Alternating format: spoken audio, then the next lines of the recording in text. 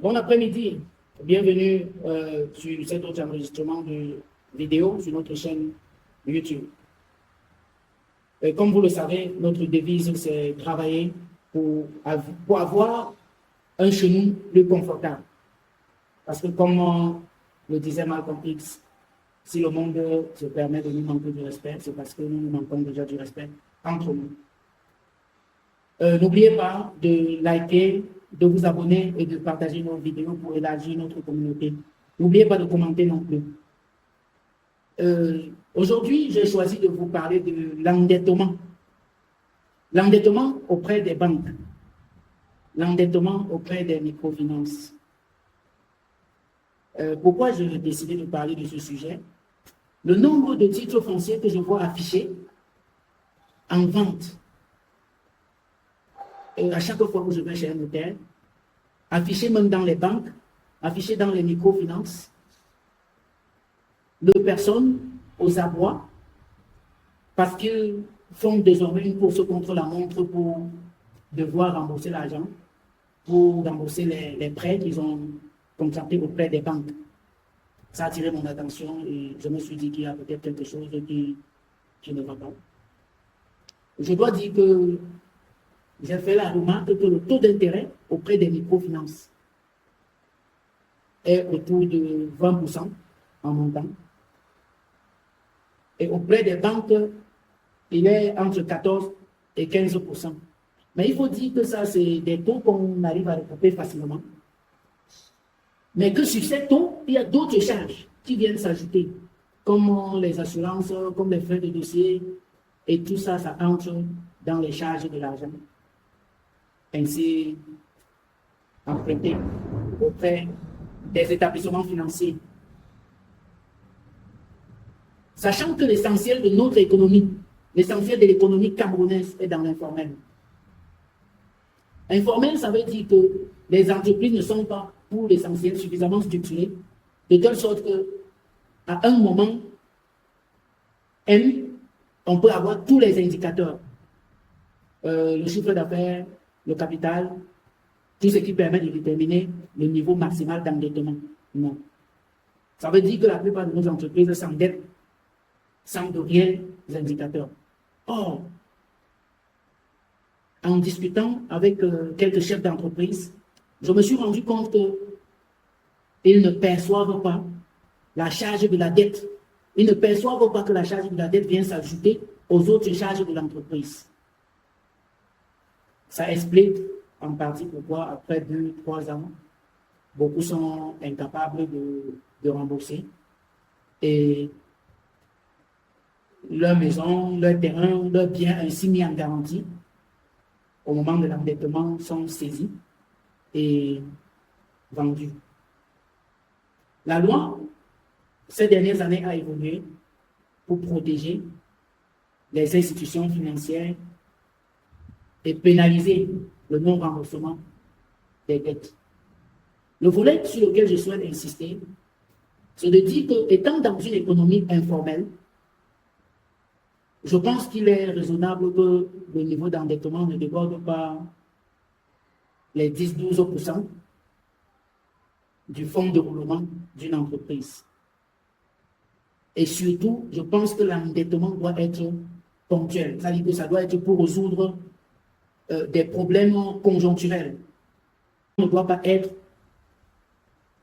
un mécanisme structurel pour les entreprises de l'informel.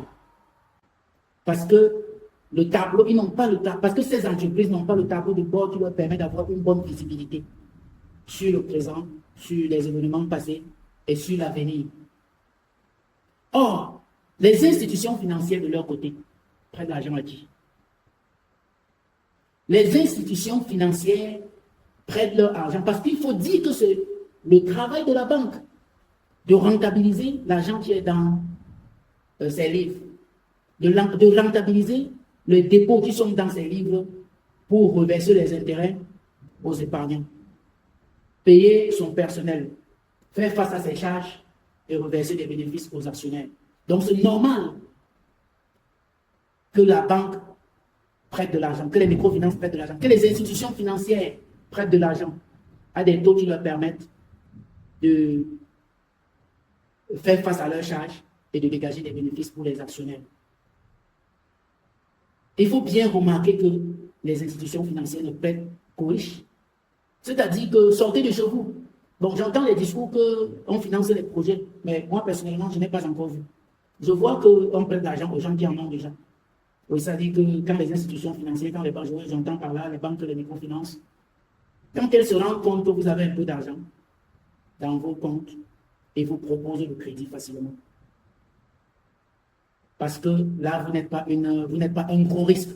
Vous pouvez être un risque à long terme, mais à court et moyen terme, on a identifié que vous avez un peu et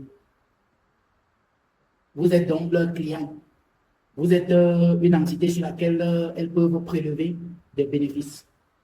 Donc, quand une institution vous propose de vous prêter de l'argent, n'empruntez pas seulement parce qu'elle vous l'a proposé. Non. Identifiez bien vos besoins et dites-vous que si vous n'aviez rien, dites-vous que si vous n'aviez pas déjà l'argent, je ne parle pas du potentiel, mais je parle de ce qui existe déjà dans vos comptes, de ce que ces institutions-là ont identifié que vous en avez déjà. Si elles n'avaient pas identifié, elles ne vous auraient pas proposé. Même si vous aviez sollicité, elles ne vous auraient pas accordé. Ça donne un sens à la célèbre phrase qui dit qu'on ne prête qu'aux riches. Oui, on prête aux riches. Parce que c'est le riche qui montre malheureusement les dispositions à rembourser plus tard. C'est le moindre risque. Et donc, je vois des gens qui sollicitent des crédits ou alors des gens à qui quelques institutions ont accordé des crédits et qui les perçoivent comme si c'était une faveur. Non, monsieur. Ce n'est pas une faveur. La banque est dans son activité. L'institution financière est dans son activité de mettre des fonds à votre disposition contre un remboursement moyennant un taux d'intérêt. Et donc, la meilleure façon de faire, c'est de bien identifier si vous êtes vraiment dans le besoin. De vous rassurer que vous ne dépassez pas les 10% de votre fonds de roulement. Et surtout, j'insiste dessus, ça doit être ponctuel. C'est-à-dire que vous devez vous endetter normalement pour résoudre un problème et après pour continuer. Puisque dans tous les cas, si la banque conseille de vous prêter l'argent, de mettre des fonds à votre disposition, c'est qu'elle se rend compte que vous en avez déjà, que vous avez déjà un peu dans tous les cas. Et dites-vous qu'au début, quand vous étiez à zéro, si vous l'aviez sollicité, on ne vous l'aurait pas accordé. Et donc, c'est une raison pour ne pas voir la disponibilité ou la disposition de l'institution financière à vous prêter de l'argent comme une faveur. Non.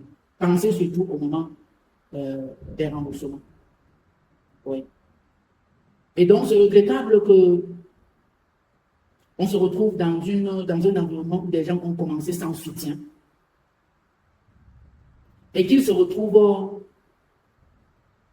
ruinés parce qu'on leur a présenté un certain soutien. Vous avez commencé sans soutien de la banque. Vous avez travaillé 1 an, 2 ans, 5 ans. Vous pouvez construire une maison, vivre dedans. Vous pouvez continuer votre activité. Même sans l'institution financière. Parce que notre société, malheureusement, n'est pas structurée sur le plan financier, comme les Occidentaux, par exemple. La crise financière de 2008 a été résolue par la planche à billets. Ça veut dire qu'à un moment donné, on se rend compte que les institutions financières ont mal utilisé les épargnes des clients. Et on commande à la Banque centrale un certain stock d'argent qu'elle fabrique et met à la disposition des banques, soit pour rembourser les épargnants qu'on n'arrivait plus à rembourser. La Banque centrale des États, la Banque des États de l'Afrique centrale, par exemple, notre BA, n'est pas une banque centrale classique comme ce que les Occidentaux ont. C'est plus un intermédiaire. Parce que malheureusement, la France est membre du conseil d'administration dans nos banques centrales et a le droit de veto. Ça veut dire que le Cameroun ne peut pas se lever un matin et dire que pour les besoins des échanges, le stock d'argent sur le territoire n'est pas suffisant. Et nous demandons à la Banque centrale de produire un stock supplémentairement. Puisqu'on a des éléments extérieurs qui ont le droit de décision. Et d'après ce que j'ai comme information, le franc CFA n'est même pas produit chez nous. Ça veut dire qu'à tous les niveaux, nous sommes tenus. C'est ce qui explique aussi, en partie, le niveau élevé des taux d'intérêt auprès de nos institutions financières, auprès des établissements financiers. Oui, le fait que nous n'avons pas une politique monétaire autonome. Et donc, pour me résumer, je m'adresse aux chefs d'entreprise, surtout aux chefs des petites entreprises, des très petites entreprises, aux commerçants, pour dire les choses comme elles sont effectivement. Méfiez-vous des argents que les banques vous présentent facilement. Parce que vos entreprises n'ont pas des instruments nécessaires pour manager et rembourser tranquillement. Chacun de nous peut faire un tour dans les banques pour voir la liste des titres fonciers et des autres biens hypothéqués affichés, mis en vente. Ça veut dire que c'est des biens soit déjà saisis, soit en cours de saisie par les banques, par les microfinances et, disons globalement, par des institutions qui ont pour mission de prêter l'argent dans notre société. Et c'est regrettable que les gens qui pouvaient bien vivre, peut-être ne pas devenir riches, en voulant plus investir pour devenir riches, se retrouvent dans la classe des pauvres, des plus pauvres de leur société. C'est tout pour cette vidéo. Faites des commentaires, laissez-moi vos commentaires, donnez-moi votre point de vue, likez la vidéo, partagez pour élargir notre communauté, pour qu'ensemble on évolue sur le plan des sujets qui sont les sujets de notre société pour améliorer le bien-être chez nous.